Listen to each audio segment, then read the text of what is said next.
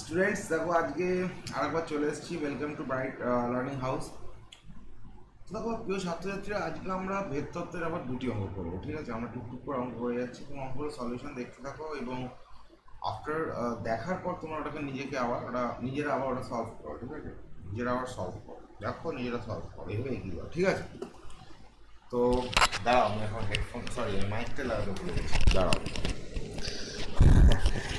আচ্ছা, টেকনোলজিক্যাল ব্যাপার স্যাপারগুলো সম্বন্ধে আমার একটা জ্ঞান কম। যাই হোক, তো দেখো 26-এর যে বিষয়টা আছে, প্রয়োগটা আমরা করছি, বলছি একটি হস্টেলে ব্যয় আংশিক ধ্রুবক ও আংশিক ওই হোস্টেলবাসী লোক সংখ্যার সঙ্গে সরল ভেদে আছে। ঠিক আছে, একটি হোস্টেল আছে, সে হোস্টেলে যে ব্যয়টা, যে খরচটা, সেটা আংশিক ধ্রুবক, partially constant, and partial amount of that কি আছে না ভ্যারিজেস, তোমার বলা হচ্ছে লোক সংখ্যার সঙ্গে, varies as the number of borders. ঠিক আছে, তো একটি হোস্টেলে আংশিক ধ্রুবক এবং আংশিক হোস্টেল বাই লোক সংখ্যা সরলভেদ আছে। লোক সংখ্যা 120 হলে ব্যয় 2000 টাকা হয়।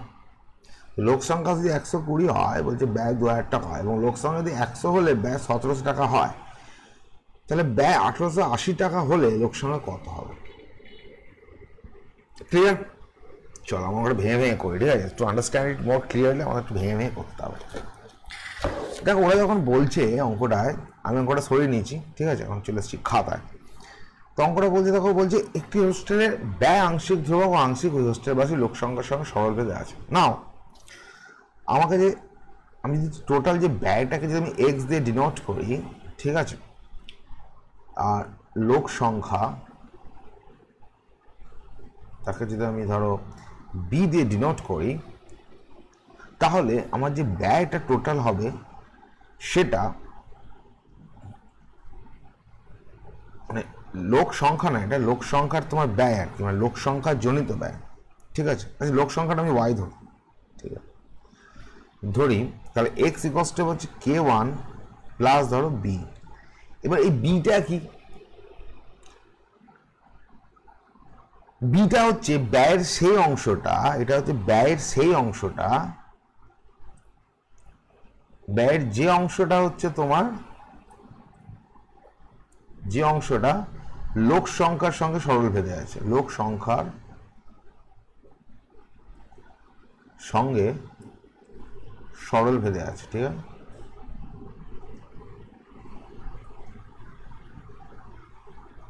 ক্লিয়ার? তো ব্যয়ের সেই অংশটা যে লোক সংখ্যার সঙ্গে সরল ভেদে আছে, আমার এটা হচ্ছে টোটাল ব্যয়, এটা হচ্ছে মোট খরচ। এইটা ভালো করে বুঝতে হবে, এইটা বুঝলেই খেলা শেষ।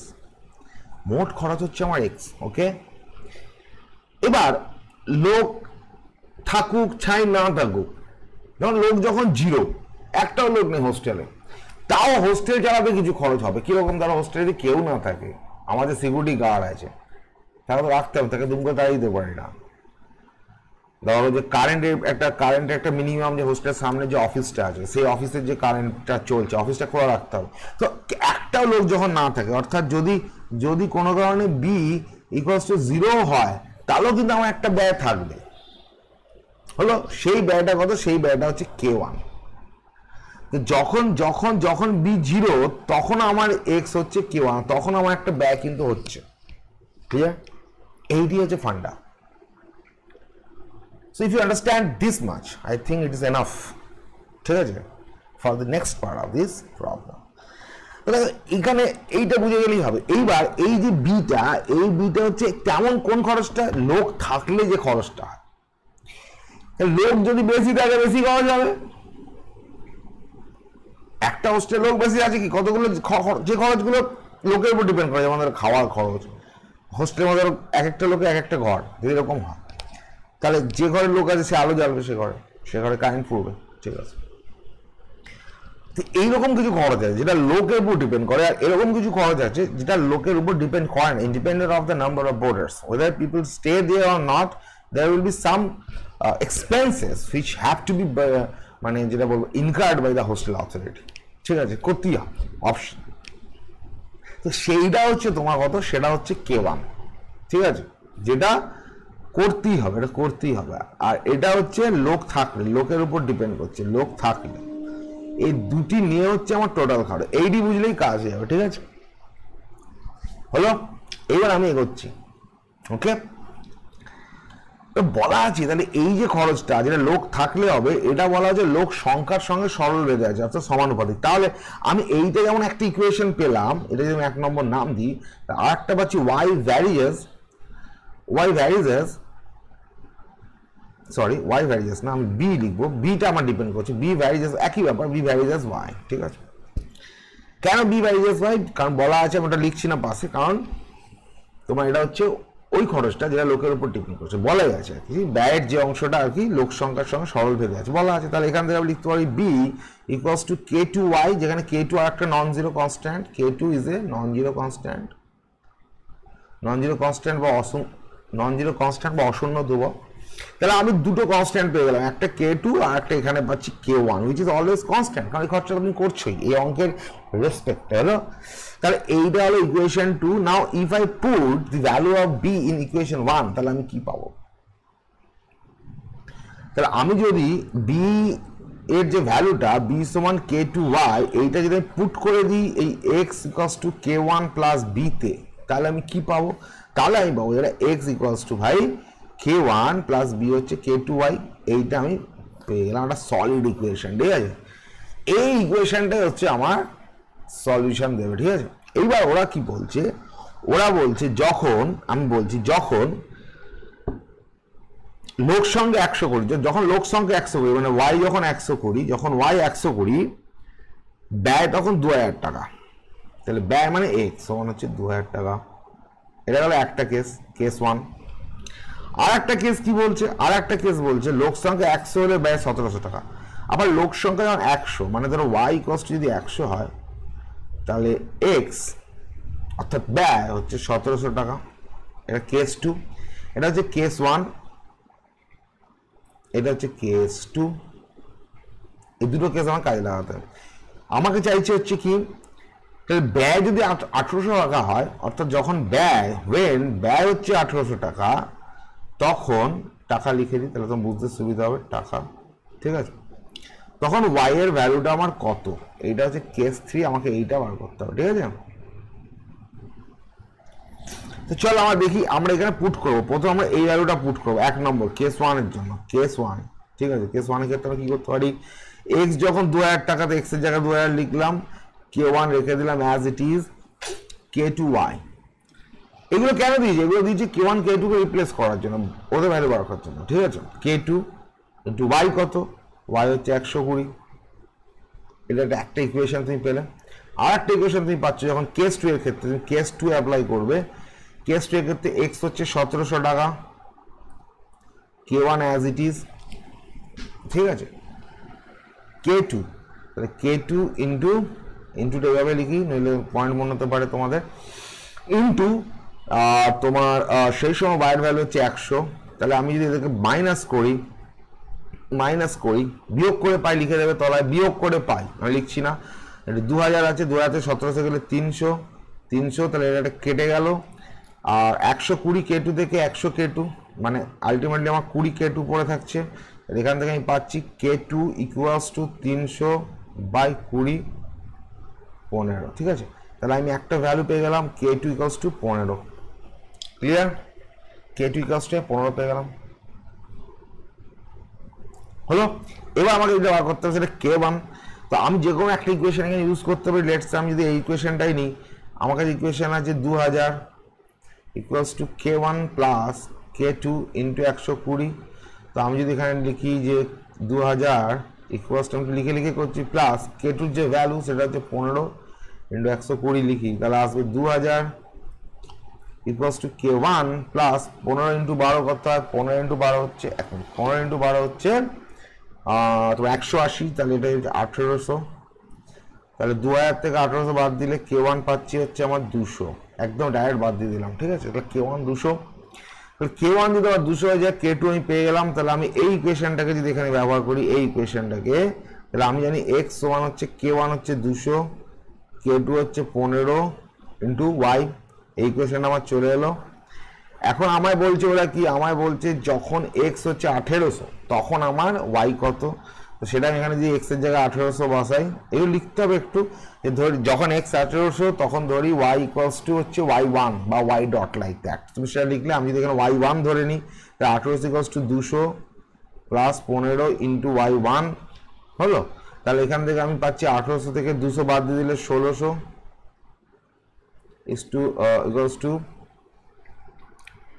কিছু ভুল করে দিলাম কিনা কে জানে, হ্যাঁ 200 না, এটা হচ্ছে 20 হবে।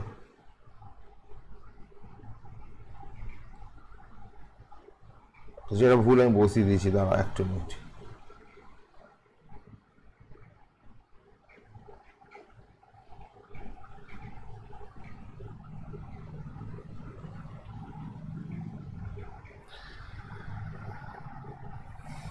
আমি ভুলটা কি বসেছিলাম, ও আচ্ছা 1800 না, এটা 1880 দেওয়া আছে, এই জন্য ভুল হচ্ছে 1880। তো বলছে এক্স যখন 1880 তখন কি হবে, যাই হোক তাহলে এখানে 1800 এটা 80 করো, তাই 1880 থেকে আমার যদি 200 বাদ দিয়ে দিই,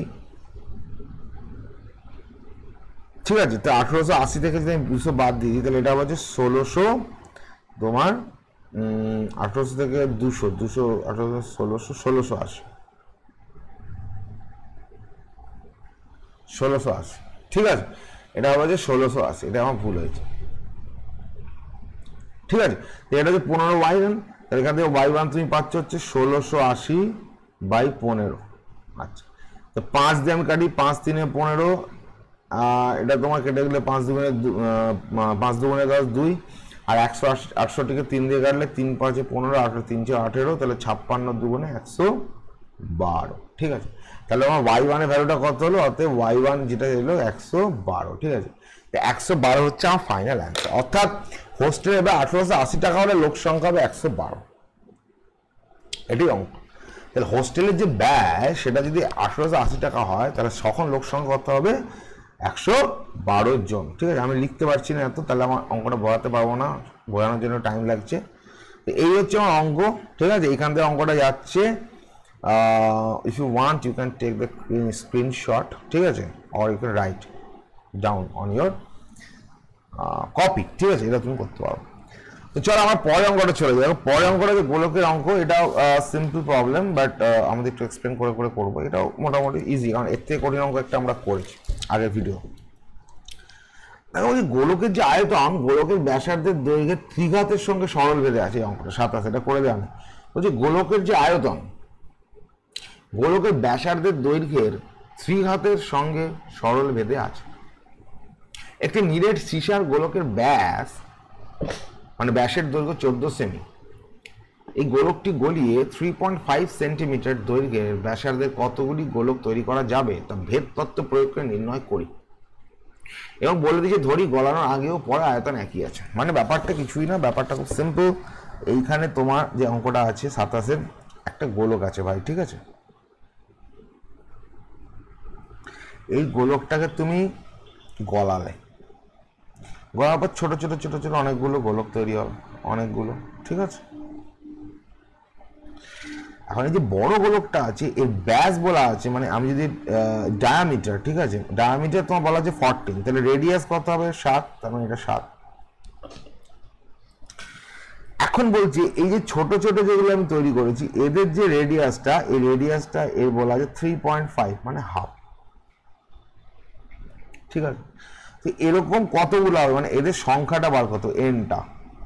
তো দেখো এরা বলে দিয়েছি এটা, যে এর যে ভলিউম, আমার যে ভলিউম মানে ভি মানে হচ্ছে ভলিউম, আয়তন, ঠিক আছে। ভলিউমটা আমার, আমি ধরে নেবো যে ধরি গোলকের ভলিউম যদি ভি হয়, তাহলে বলা মানে শর্ত অনুযায়ী ভলিউম তোমার রাইজ অ্যাজ কি বলা আছে, ও ব্যাসার্ধের ত্রিঘাতের সঙ্গে রাইজ অ্যাজ আর কিউব, ঠিক আছে। এখান থেকে আমি পাবো হচ্ছে ভি সমান কে আর কিউব, যেখানে কে হচ্ছে একটি কনস্ট্যান্ট, নন জিরো কনস্ট্যান্ট, অশূন্য ধ্রুবক লিখি, অনেকক্ষণ ইংরেজিতে লিখেছি, অশূন্য ধ্রুবক হয়ে গেল।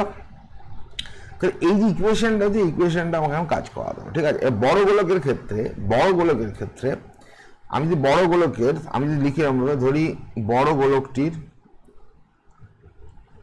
আয়তন হচ্ছে V1 এবং ব্যাসার্ধ দেওয়া আছে 7, ঠিক আছে। ফলে আমি কি লিখবো, এবার দেখো এখানে তোমার সেমি বলা আছে, এবার একটু সেমি লিখে দেবে, ঠিক আছে, সেমি কিউব হলো। তাহলে হবে হচ্ছে v1 equals to K into cm cube 7 cube, equation 1। ধরি ছোট গোলক গুলির আয়তন v2 এবং ব্যাসার্ধ r2। অতএব আমি কি লিখতে পারবো, v2 equals to K into r2 cube. Clear? তাহলে এইখান থেকে আমি এটা লিখে দিতে পারলাম।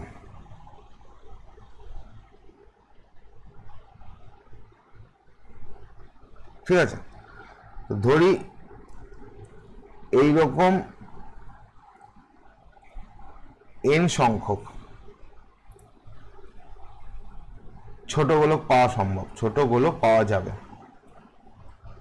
কখন, গলানোর পর। ঠিক আছে, আমি ওটা পুরোটা লিখিনি, ছোট করে লিখলাম পাওয়া যাবে। তাহলে আমি এখন কি বলতে পারি, এই যে v1 এটা সমান হচ্ছে n ইন্টু v2। v2 হচ্ছে ছোট গোলকের আয়তন, এটা হচ্ছে বড় গোলকের আয়তন। বড় গোলককে গলি আমি ছোট গোলক নিচ্ছি, তাহলে কটা ছোট গোলক আমি টোটাল পেতে পারি, n সংখ্যক, যদি আমি ধরে নিই। তাহলে n into v2 equals to v1 হবে। কারণটা কি, আমি এটার দিকে এখানে গেছি, n সংখ্যক ছোট গোলক পাচ্ছি, এটা বড় গোলক। এই বড় গোলক থেকে আমি, বড় গোলকটা v1, বড় গোলক থেকে আমি ছোট গোলকগুলো তৈরি করছি v2, এরকম কতগুলো নেবো, n সংখ্যক, তো আমার টোটাল আয়তনটা ইকুয়েট করে যাবে। তাহলে এবার সিম্পল, তুমি এখানে v1 এর ভ্যালু বসে, v1 সমান হচ্ছে k7 কিউব n, v2 সমান হচ্ছে kr2 কিউব। ঠিক আছে, এবার k7 কিউব n, আমি কে কেটে দিলাম, ঠিক আছে, আপাতত। ঠিক আছে, এবার r2 ভ্যালু কত দেওয়া আছে, ছোট গোলকের ভ্যালু দেওয়া আছে 3.5, মানে 3.5 সেমি ব্যাসার্ধ। তো 3.5 সেমি মানে হচ্ছে 7/2 লিখতে পারি, তো ওটা আমি লিখে দেবো 7/2 এর হোল কিউব। তাহলে আলটিমেটলি কি হবে, কেটে ছেড়ে দিলাম, ঠিক আছে, কেটে দিয়েছি এটা। তাহলে 7 cube equals to n into 7 cube by 2 cube. তাহলে আমি আবার 7 কিউব কেটে দিলাম, তাহলে n সমান 2 কিউব। 2 কিউব মানে হচ্ছে 8। ঠিক আছে, তাই n সমান আসছে আমার 2 কিউব, 2টার দিকে চলে আসবে, 2টার দিকে চলে আসলে 2 কিউব হয়ে যাবে। 2 কিউব যদি চলে আসে তাহলে 2 কিউব মানে হচ্ছে 8। ক্লিয়ার? তো এইভাবে আমরা অঙ্ক করতে পারি। আচ্ছা, প্রথম কথা বলে আমি মাঝে মাঝে কেটে দিচ্ছি বোঝানোর জন্য, এগুলো আমাকে কাটা যায় না। ঠিক আছে, তুমি এমনি অমিট করে দাও, আদারওয়াইজ তুমি কি করবে, এটাকে নিচে নিয়ে আসবে, নিচে নিয়ে এসে কাটতে পারো। ঠিক আছে, তো অনেক সময় তুমি দেখতে পারো যেমন কেটে দিচ্ছ, এটা একটু খেয়াল রাখবে। ঠিক আছে, তো এইভাবে এই ব্যস্ত তোমার ভ্যারিয়েশন অঙ্কগুলো করতে হয়, ভেদের অঙ্কগুলো। ঠিক আছে, আমরা পরের অনুশীলনীতে যাব, পরের ভিডিওতে, এই ভিডিওতে যাবো না, লেন্থ বেড়ে যাবে। ঠিক আছে, তো দেখো এই হচ্ছে আমার 27 অঙ্ক, 27 অঙ্কটা আমরা এখন করলাম। ঠিক আছে, তো আমরা পরে যাব হচ্ছে এই অনুশীলনটা চলে যাই, এইখান থেকে আমরা অঙ্ক স্টার্ট করব।